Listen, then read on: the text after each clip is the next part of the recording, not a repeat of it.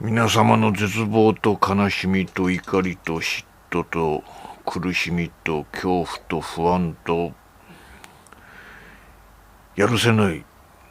拭いきれない欲望と共に優しく寄り添ってゆく世界を滅ぼすチャンネル、ネガティブマンチャンネルへようこそということでね、始まりました。今日もまたね、今日もまた憎しみをね、こう称えながら、タプタプと称えながらね、世界を滅ぼしていこう、みんなで滅ぼしていこうっていうね、お話をね、していきたいと思いますけれどもね。少し前の動画でもね、見せましたように、このね、花咲ガニのこのね、トゲトゲとこのかわいいフォルム見てください。これかわいいでしょね。ちゃんとね、顔があるんですよ、花咲ガニにね。このトゲトゲがありえないぐらいトゲトゲなんですけど、かわいいですね。なんとも言えない可愛さがありますね。ちゃんと顔があって、こういうフォルムだとこうガンダムに出てくるビグザムみたいなね。ビグザムみたいな。これに足をつければビグザムみたいなね。通じてますか皆さんね。花咲ガニの正面から見るとビグザムに似てますねというね。いいんです。ネガティブなら何でもいいです。史上最悪最低のね、絶対零度のね、底辺氷河期労働者のね、人生終わった男の部屋からお送りするこのチャンネルね、全てのエネルギーは皆様のね、憎しみから得ていますということでね、今日はね、あんまり僕は個人のことは言いたくないんですよ。事件とかね、時事問題を扱ってみたり、人間を扱ってみたりっていう、それは僕のコンテンツではないですからね。誰かのコンテンツにぶら下がるみたいなね、そこで何かを伸ばすみたいな、そういう薄汚い真似はしたくないのでね、あんまり個人に対してはとか事件とかね、あんまり話したくないんですよ。でもね、なんか気になったんでね、今日は山本太郎、令和新選組のね、山本太郎の悪いところとちょっといいところみたいなね、話したいなと思うんですよ。なんで取り上げたかっていうとね、山本太郎はね、私の推進したい、もう絶対に推進したいね、安楽死を否定する男なんですよ。ね、驚きですね。そうなんですよ。安楽死は若者と老人の分断を生むとかね、老人に早く死ねみたいな圧力がかかるとか言ってね、安楽死を真っ向から否定しているんですね。これは私と敵対するより他ありませんね。私も差し違える覚悟でね、今話していますけれどもね、これは差し違えるしかないなと思ってね。安楽死は非常に大切ですからね。大体こう視野が狭いですよね。老人だけの話じゃないですからね。病気の人も障害の人も、また若くしてね、なんかこう性自認だったりとか、なんかね、こう拭いきれないトラウマだったりね、こういじめだったり、こうなんかひどい性被害だったりとか、なんかね、ジャニーさんのレイプ事件もあったじゃないですか。そういうなんか若くしてもね、そういうね、長い人生生きたくないなっていう、そういう苦しみから解放するのが安楽死ですから、安楽死制度がね、世界中に早くできないといけないんですけども、山本太郎のね、一番ダメなところは、安楽死制度を否定するというね、もう全くね、視野が狭いですね。もうなんていうの、もっとね、ワイドスコープにね、世の中を見ないといけません。そう。もう左翼とか右翼とか関係ないんですよ。ね、そういうことじゃない。やっぱ安楽死というのを真っ向から否定されてはね、我々世界を滅ぼそうとする者たちにとってね、やっぱり人類削減というのは一つのテーマですから、そういう観点から言ってもね、あとね、私ネガティブマンはやっぱり苦しむ人、苦しんでいる人、悲しみに満ち溢れている人に寄り添いたいんでね、どうしてもやっぱり安楽死っていうのはこうね、絶対的に肯定しないといけない価値観、権利、考えであるとね、自負しておりますのでね、これはもう差し違える覚悟でね、その無味猛昧なね、なんて言うんでしょう、視野の狭い考えを改めさせないといけないなと思うわけですよね。そう。安楽死ね、だってそうじゃないですか。筋ジストロフィーとかね、難病の人っていうのはもう生かされ続ければどこまでも生きるかもしれないけれども、やっぱりね、癌でもいるじゃないですか。癌でもエイズでもロングタイムサバイバーって言うでしょ。かわいそうですよね。痛みとか苦しみとか常に恐怖と隣り合わせて何十年も生きないといけない。ね。あと認知症とかもあるじゃないですか。そう。これは老人に限らずですよ。40代、50代でもね、発症する人いるわけですから、やっぱり自分が自分で亡くなるみたいなね、わからなくなるっていう苦しみから解放させる意味でもね、安楽死を否定するっていうのは本当にね、ありえないんですよ。やっぱ安楽死、1にも2にも安楽死ですよね。というね、山本太郎に反論したいんですけれどもね、そう、いろいろとね、ネタがたまりにたまってね、ふん詰まりを起こしているんですけど、どうしてもね、安楽死をあれだけ真っ向から否定されたらね、このネガティブマンチャンネルのね、もう大きなテーマの一つですから、絶対反論しないといけないと思いましてね、動画にしてみた次第ですけれども。しかし、ね、しかしですよ。私もね、天才ネット軍師としてね、希代の天才ネット軍師としてね、令和新選組山本太郎にね、やっぱりいいところもあるんですよ、あいつにはね。そう、消費税の廃止とかね、給付金を季節ごとに出すとかね、そういいところもある。そうもっとね、住宅を借りやすくするとかね、非常にいいこと言ってますよ。そうね、いくら脱税しても捕まらないあの自民党のね、薄汚い連中に比べればもうね、そう安楽死の件さえなければ僕はね、一票投じてもいいかなと思うぐらいですよ、正直なところね。そう、消費税なんか撤廃に決まってますよ。めんどくさいインボイス、そのインボイスとかそのままなくなるわけですから、あんな制度がね。消費税がない時代なんかあれじゃないですか、インボイスをやる必要性すらなかったわけですからね。だからなくせばいいんですよね。なんで苦しい時代に消費税を上げ続けたんでしょうね。そうね、自民党が悪いんですよ、皆さんね。ですからまあ我々ね、世界を滅ぼしたいという人々にとってはね、自民党に入れ続けるのが正解なんじゃないのかなと思いますね。でも自民党が躍進するのもしょうがないんですよ。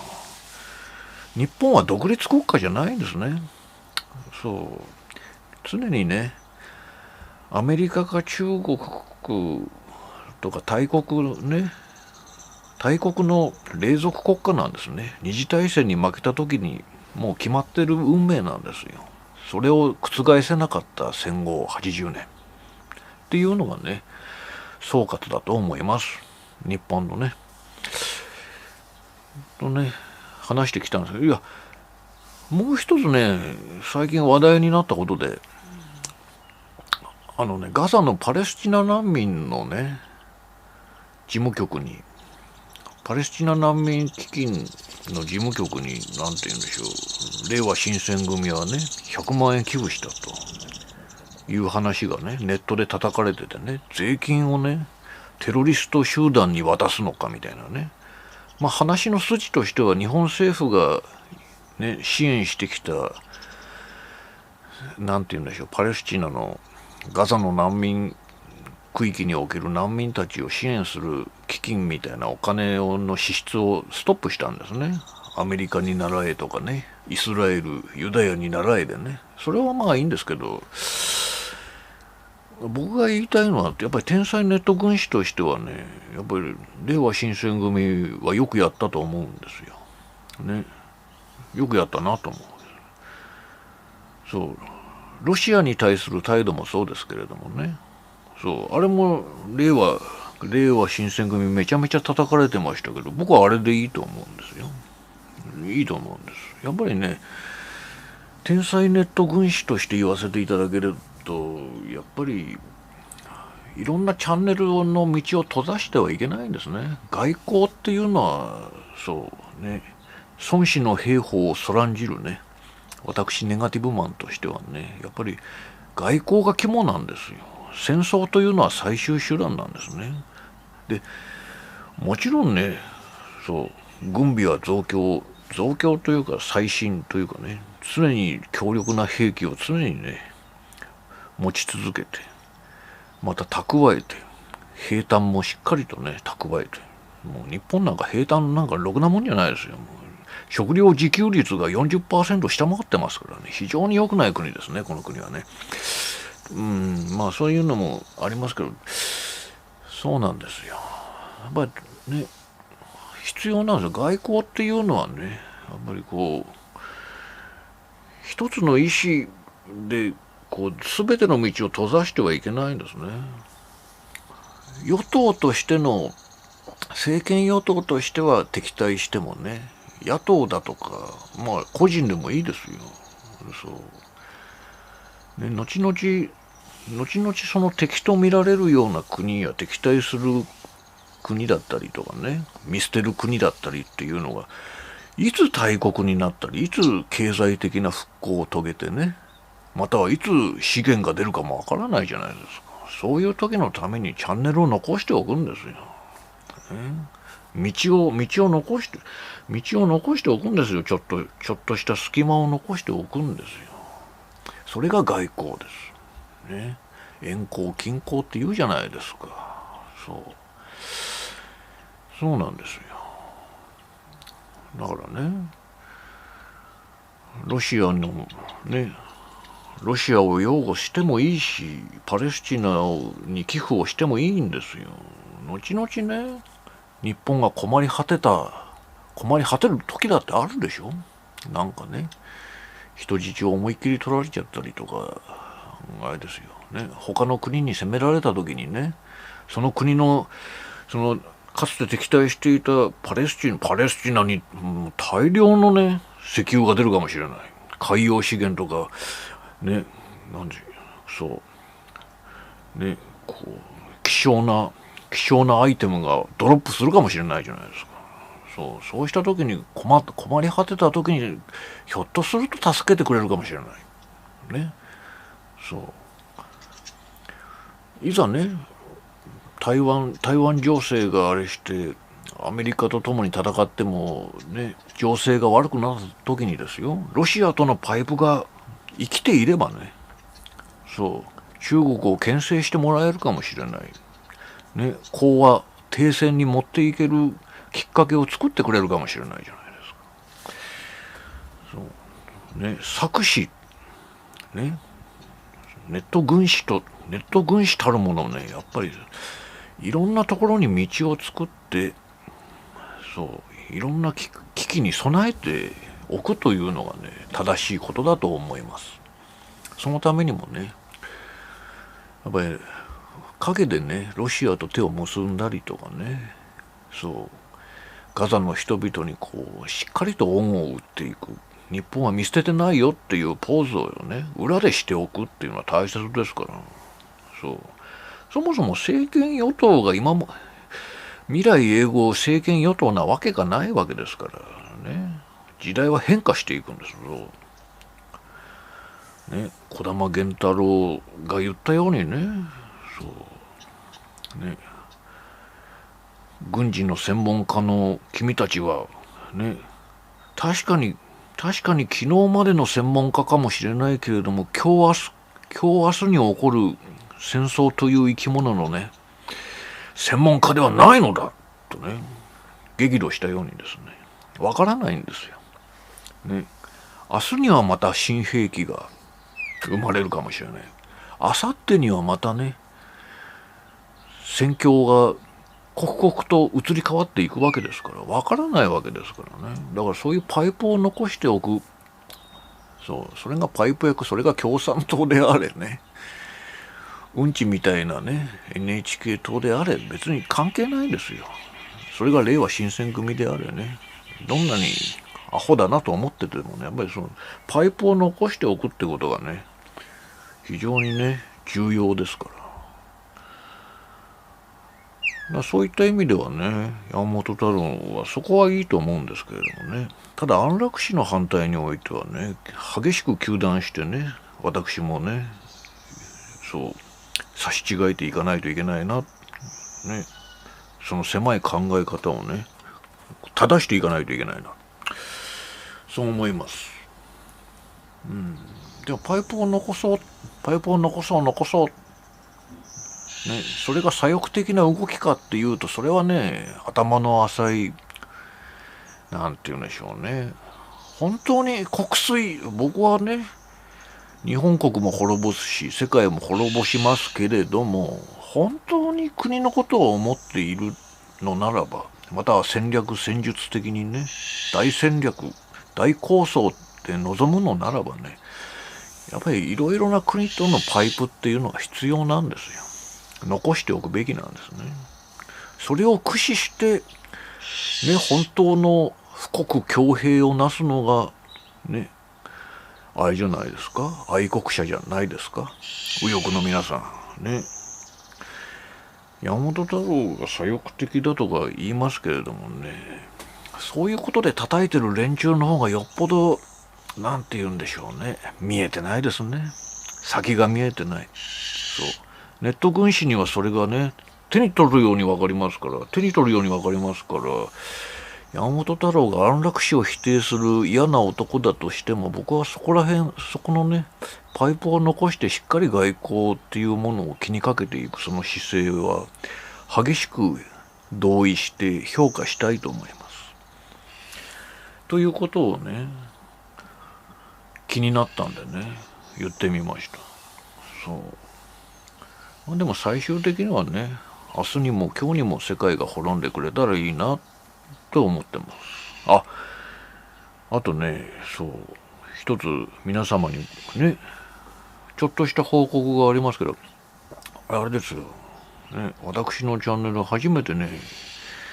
外国人のね、コメントが来ました。何人か知りませんけれどもね。あれなんですよ、この動画のね、YouTube の動画のタイトルと説明を自動的に英語に変えるというシステムをね、設定をして、勝手に、英語圏の人に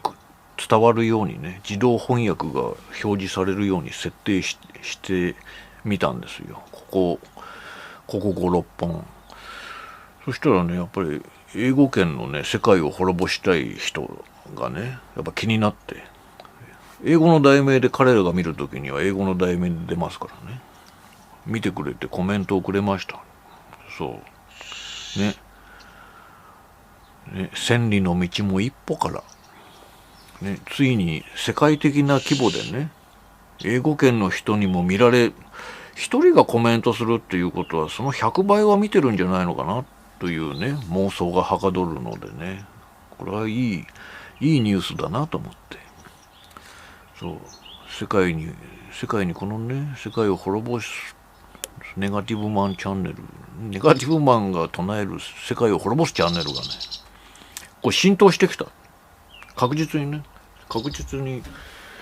世界に浸透してきたというね、ありがたいお話を最後ね伝えたかったのでね、よかったです。そう先ほども話したようにね、山本太郎のちょっとだけいいところ、やっぱり外交が大切だよ、外交にこう力を注がないとダメだよっていう話と同じですよね。このチャンネルもやっぱり日本国内の人に伝わるような話し方ではダメなんですよね。やっぱり世界を見つめていかないといけない。ぐっとね。だもんで、世界に浸透したことが嬉しいなと思いましてね。やっぱり世界にも世界を滅ぼしたいな。この世界はね、バッドでシットで、デッドするべきだっていうね、デストロイ・オブ・ザ・ワールドっていう人がね、やっぱいてくれた、一人でもいてくれたっていうことに感動を覚えましてね、着実にね、世界は滅びに向かっているなと。ということでね、今日はそんな感じで終わろうと思います。また今日も短い動画ですみません。どうもね、世界は闇で満ちていて憎しみこそが正義である。ネガティブマンでした。